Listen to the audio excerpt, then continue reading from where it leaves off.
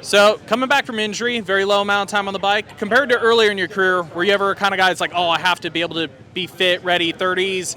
Compared to now, does that mindset change much once you've done it enough times to come back and be like, we'll just figure it out as we go? Yeah, I've never came back with only doing 2 motos and not even 30-minute motos. So, I wanted to come back full as good as you can. But even when you come back as full as good as you can, to get back into racing, you're just not going to flick that switch and be able to compete right up front. So, we just wanted to get back here to the races, have some fun, see the fans, and be back with a team and build for the SuperMotocross series. That's all we're doing right now. So you dropped a really cool 300 video this weekend. One cool thing in it is I noticed your dad, Don, was in it. How involved are your parents still with races? Your dad still practice wrench for you and pretty much there every day? My dad does everything. My mom takes care of all my finances and all the BS work, all the fun stuff. So yeah, my parents are involved 100%. Dad takes care of the bike, the tracks, brings my bike to the track every day. He drove my motorhome here this weekend. So my parents are fully involved. It's good to have them around, and it was a little awakening being away from the races and then coming back to this. It shows you how cool it is here and how fun it is, and kind of makes you appreciate it a little bit more. We've had a couple weeks away from racing. I did not get any content. Where is the latest podcast episode? So my co-host Shane Doyle lives just outside of Dallas. I'm in California. And he just had his second child. So that's a pretty good reason. Yeah, that takes precedent. But definitely the longer time goes, the more I have to talk about. So we might have to make this next one a couple hours. Or you just break them up. We get a little better monetization. We break it up into parts, get people fired up, do some teasers. Absence makes the heart grow fonder. That it does. Speaking of absence, what did we learn during the couple-week break? Whether we're talking on the bike, off the bike, reading some books, what did we learn? What did we take away from the break? Reading a lot of books. I hadn't met my niece. My sister just had her second child right around a high point time. So I went back to Florida and was doing gym and cardio stuff, but no on the bike. Took a week off. Obviously, we've stacked a lot of get to this point in the season, and the only thing you can really screw up doing is doing too much because we have so much base from the year. So it was nice to be back in Florida, visiting my family. I only really get to see them a few times a year now, normally around the holidays. So that was cool. And then, I hit it hard last week. And as far as what I've learned, I'm a work in progress every day as a man and a rider. So I'm always just trying to keep my ears open and level up. Give us a book recommendation. A book recommendation. What am I reading right now? Well, I've read the 48 Laws of Power, which for those out there that know, it's a massive book. But I'm listening to the audiobook now. It's a lot of really good information in there. I'm also reading this book called Strength to Strength. It's kind of about not finding your purpose, but just kind of, as a young athlete that's going to have to transfer to another career eventually, it's kind of, it's helping me with kind of that mindset. I was kind of curious about that. I feel like it's kind of awkward to come up to you or anybody racing right now and go, hey, what are you going to do post-career? Because, that's not top of mind, but you do talk about it occasionally. You seem to, think a little more broadly about life maybe than some people. What are some things that interest you that every once in a while cross your mind? Yeah, I think it would be wrong to say that I'm super focused on it. I've talked about commentating and stuff like that, but this what I'm doing now, it takes all of my focus. I'm not 1 foot in, 1 foot out. You have to be all in to do this stuff at a high level, and so I think, when I do have some time to myself, of course you try to kind of plan out. I don't want to be done in, whether it's 2 years or 10 years, I don't want to be done and then just be left, wondering which way is up. So it's a big transition for us. I know that I really love the sport. I love being in front of a camera, and I think I have a gift of articulating information to people where they can understand it. So as of now, that's kind of my goal. Simply, I kind of wrote out like a little 10-year plan this last off season, and I'll let that just fulfill itself. So, as long as you've been in the spotlight, even as an amateur, you were doing the videos with Dawn, like, are you smarter than a homeschooled, I can remember if it was like 6th grade at the time, you were writing articles. So other than your racing results, you've done a lot of you've just been top to bottom so involved in the sport, and you talk about loving it. Have you ever struggled with loving it? Like, have you ever had to work on that, or has that been the blessing that it's just always been there? Well, there's been a lot of times where I didn't like it. A lot of times where it made me really bitter when you go through these really low moments and you're injured and, at the time, you kind of, as a way to survive, you kind of diminish it in your head. When it's not going right for me, you almost have to convince yourself that you don't care about it as much just as a coping mechanism. And, when the injuries keep happening and that mindset keeps happening, eventually it's just, you start to think, well, do I really love this? But at the end of the day, everybody knows I love dirt bikes. I love the sport. And through the low moments, it's made me go so inward to figure it out. And I think that is kind of self-explanatory. The fact that I've been able to overcome all this stuff is such a testament to how much I love it. And, I don't need to be here. I want to be here. Well, thanks as always for the chat. Congrats to your partner in crime there, Shane, and hopefully we'll get to hear you gabbing here pretty soon on a new pod. So, how much did we improve the golf game during the break?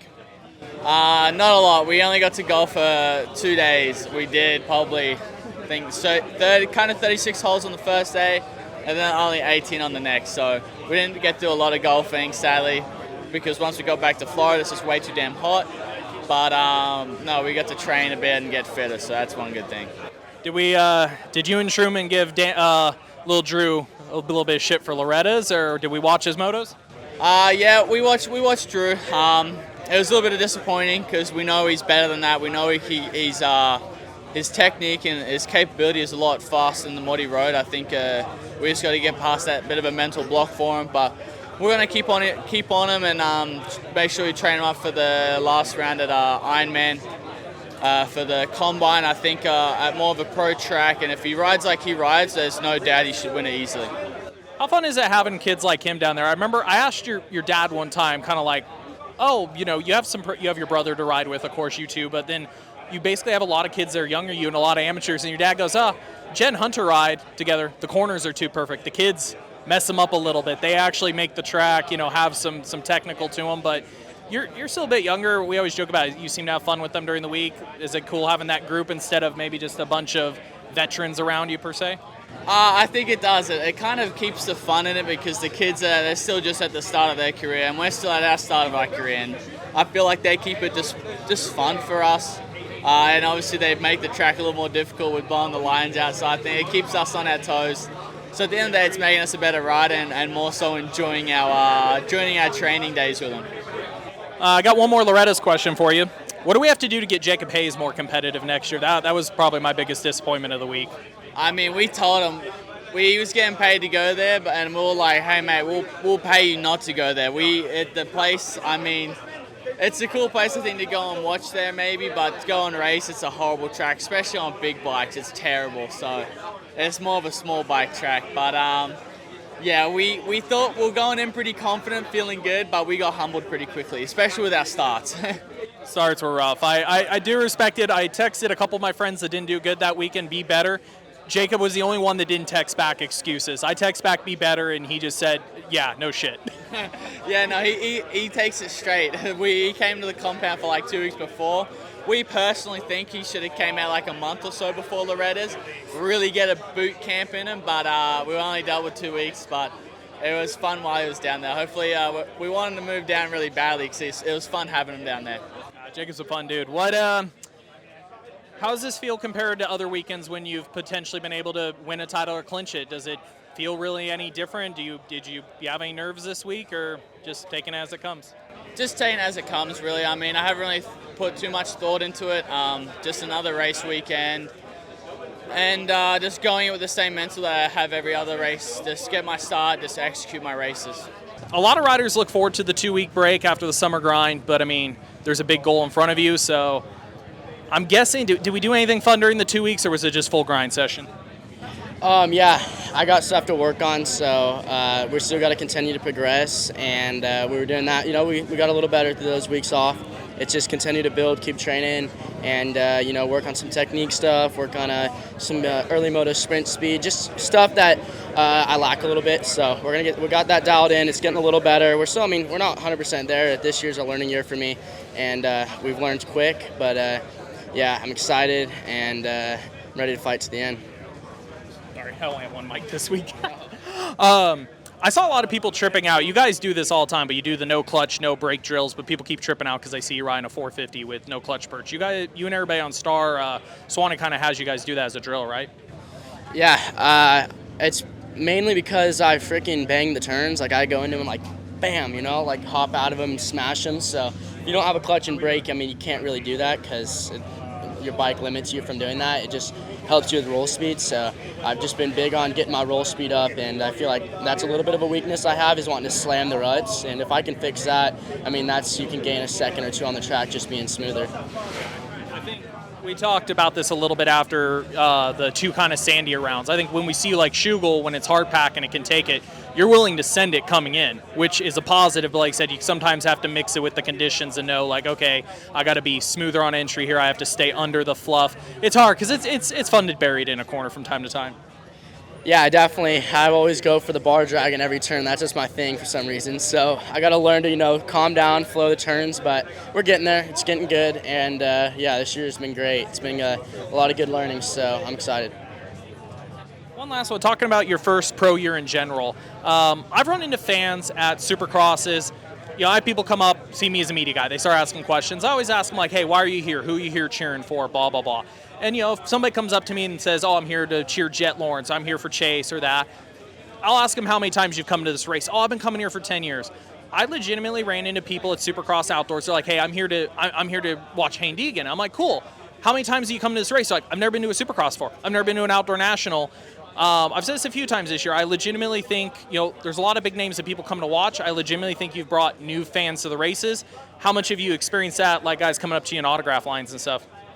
I mean, yeah, definitely the YouTube channel and stuff. We've got over 1 million followers, and a lot of those people, dude, a lot of them we brought in from not even knowing what dirt bikes are and bringing them to the sport, and that's been big, The big thing is to grow this sport, because if you can grow the sport and get it more known, that's a great thing. So, yeah, definitely bringing the fans over, and the sport's crazy. These guys, for their first race coming to watch me, it's always awesome.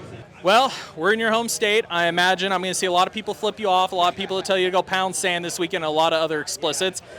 How is it being back in your neck of the woods? Yeah, it feels really good. I mean, for me, I came home, I rode Monday, Tuesday, flew up, surprised my old man Tuesday night, and hung out with him Wednesday and Thursday. So I got my taste of my father for 2 days, and now I'm over him. So it's good to finally come up here and do some racing, and it's good to be back here. You didn't want to have him wrench for you this weekend? No. We'd end up throwing wrenches at each other. So, no, it's good to hang out with him, so I don't get to spend much time with him anymore. But it's also good to come back here. I haven't been here since 2018. It's been a long road to get here. Obviously, I've served the past 2 years, and I was in Canada for 2 years. So, and the last time I was here, I got on the box. So it's, for me, it's a special place, and I know everybody here. And, I spent a lot of time on the other side of the valley. So we talked a few times this year about rebuilding. Based on your last couple of years, it's like you're always trying to build back up, which is hard against these young kids. You're getting a little bit older. We've had a solid few rounds now, solid couple months on the bike. Are you still frustrated at the end of the day, or are you starting to actually enjoy it a little bit more again? Actually, Washougal was my best national of the year. The week after Washougal was my best training week of the year. And then I had to go to Loretta's for a couple days, kind of do some stuff with FXR and FTA. So that was cool, but my past 3 weeks have been really, really good. So I found quite a bit of fitness, found some different stuff with the bike, and I just said, like I said, I hadn't had much time. And when I'm smoked during the week, I can't ride or smoked from the weekends, I can't ride during the week. So it's nice to be able to log time and then not have to travel on the weekends. So I'm in a much better spot for Unadilla this weekend. So hopefully we can inch closer more to the 6, 7, 8 range and be a little bit closer. That's my goal. Are you still enjoying enough? Like, are you looking forward to next year? Are you already kind of like planning out what you're going to race, 250 or 450 outdoor? Are you already looking forward to that? Like, is that already on the mind? Or are we enjoying it enough now? Yeah, it's funny because Monday and Tuesday club is ridiculously hot, and I'm out there with Gary and Kilroy and Norin, and Norin's 30 now. I'm a couple years older than him, but it feels good to still grind with him, you know what I mean? And JB was out there, and I still enjoy the grind. I still enjoy doing the moto, so it makes me look forward to next year. So I'm already looking forward to SMX and maybe doing some other races, and then kind of already thinking about what we're going to do with the 250 for next year. So one more year will be locked and loaded, so that's I feel confident in it, and I am looking forward to it. Are you going to go show Jacob Hayes how to be an actual agent after being an ex-racer? And maybe go back to Loretta's and show him how to race Loretta's while you're at it? I will be back at Loretta's at some point in my career. I'll be going back with my old man in a camper and doing it right. And Throwing wrenches? Yeah, throwing wrenches and having a good time, screaming at each other. So I do look forward to that part, but I will not, again, I would say not be an agent of any sort. So I will be a part of the industry, though. Jimmy Dakotas, congrats on going mini viral the last 2 weeks after your little 125 excursion to Canada. How was it getting to race that thing back in Canada, getting to race in front of, well, how many? I'm trying to think. Canada, you did 2 years for MX 101, I believe? I did.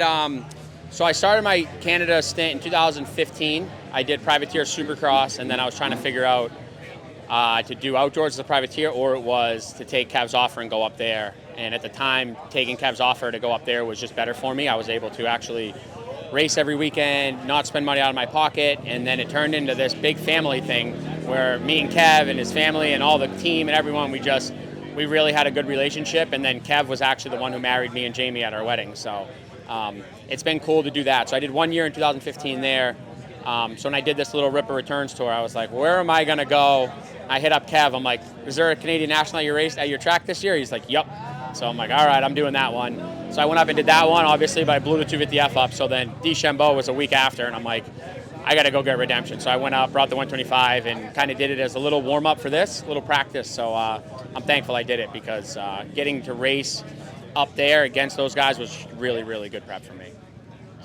So anybody who didn't see the video, where I was showing viral, they did have an onboard of you coming through the pack. You had a little steering stem tightening issue. Had to grab the vice grips from Keith, the guys, to get that thing cranked down. But you got passing practice in. I don't know how many guys you passed, but it had to be north of 20. Yeah, it was, so I think there's 39 guys on the gate, and I got 11. So a couple guys DNF'd, and some dudes were on the ground when I went by them. So I'd say I passed about like 20, 22 guys, 24 guys. So it was really cool. It was fun. And it was definitely a different experience. You know, the first moto for me, I started 5th behind the top 4 guys up there, McNabb and Benoit and Natsky and Harrison, and they yarded me. I mean, I could keep up on 125. I thought I could maybe run a little bit, but I'm roughly like 2 or 3 seconds off my 250F time, and that's what I was off them the whole moto. So it was the first moto was good. I got 5th. I beat a lot of good guys, but I rode by myself, and I didn't feel like I challenged myself. Where that second moto, coming from the back, was like what I'm going to have to do here all weekend, because like everyone's like, oh, you run a paddle for the start? I'm like, no, what am I going to run a paddle for the start for? I'm going to start in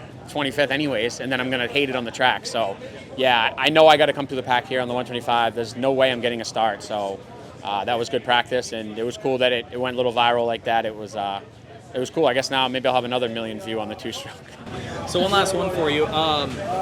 What did you think of the pace of the MX2 guys since you've been gone for a while? What do you think of what McNabb's running? Because I know he wants to come here next year. What do you think of him, Notsky, and how those guys are going? I mean, this might not be the popular opinion down here, but I think those guys are top 10 guys. I think they're a little bit off of Haiden and Chef and Hunter and Cooper, but I firmly believe like they're, you know, with where Braswell was, where I was, Hawkins, like I feel like they're even better than the group that I was at during Southwick. I really feel that way. McNabb's like a generational talent up there. I was actually talking to them, hoping one day I don't want to say leaves there because he has a future up there, but I hope he takes a chance for 2 or 3 years and comes down here because I know I wish more Dylan Wright did that more because I feel like he has the potential to do it, and I feel like Ryder does too. So I firmly believe those dudes are top 12, top 10 guys down here any day, those top 4 guys.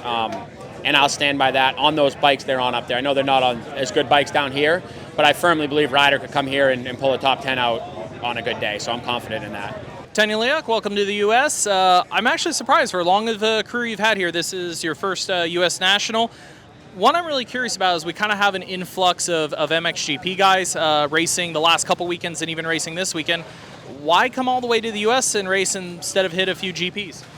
To be honest, this was actually planned last winter already a little bit. With my schedule was only possibility to come Unadilla. But okay, this year somehow all the Grand Prix MXGP guys have been coming also, but my plan was already to do it. I speak with my sponsors and people a little bit that yeah, it will be nice once in a life to do it, and it looks like maybe this is my last year, but okay, it's been already 5 years my last year, so you never know. I'll say you say last year, but I imagine you're still going to be on destinations until your kids can race it with you at the rate you're going. Yeah, that's because I'm not being able to do the MXGP because most of my focus being on my kids. Like I was junior world championships with them at 85 and 125, and they've been doing pretty good. So my aim and focus is with them. So I still enjoy riding, and I ride when I can and race where I can. But when it hurts my sons a little bit, then I don't go racing there. So the most focus is with my kids. And but this opportunity I didn't want to pass, and I wanted to do it once in a life at least. And luckily I got the opportunity, and now I'm here. You turned pro for MXGP what? 02, 04? What was your first MXGP race? 2001. 2001. So, and then when was your last MXGP? Did you make it 20 full years? Like this year I did one in Latvia, neighbor country, one round only. But like full season was last time 2020. Yeah, good question actually. 2020 or 2021 I did the full season last time, and then I've been doing part times here and there, and then yeah, it's just to show even to my federation that I have the speed to do Motocross of Nations. So if I do this kind of races, then maybe I can be selected and I can be there. Now I will say I would have never expected coming into the season not only that either you would have came or Boutron, but we have both of you. I mean, Hercules, again, a lot of GP racers come over. Do you feel like you had it planned, but as good as Boutron's results have been, do you think that's influenced a couple other guys to kind of take their, I don't say Ustream, but like, yeah, hey, I have a chance to go do this. Like somebody I've raced is doing pretty well. It would be a fun experience. Yeah, I think some guys for sure was they were looking at the results that in Europe I was with him battling and maybe they can make better results here, but it's not that easy, not that simple. Boutron is actually a good rider also, so people sometimes think maybe it's easier, but it's not. One last one for you. What really is the difficulty difference between you wanting to race, say, GPs that are flyaways versus coming all the way to the U.S. to race, like in terms of getting a bike, getting the money needed to do together? Is one really harder than the other? Yeah, here still motocross is easier to get the bikes and everything. In overseas, it's more difficult to get the bikes there, and here you can have the, how you say, some help what you don't even need to bring it from Europe, or here you can have mechanics or friends a little bit who can come and help you out.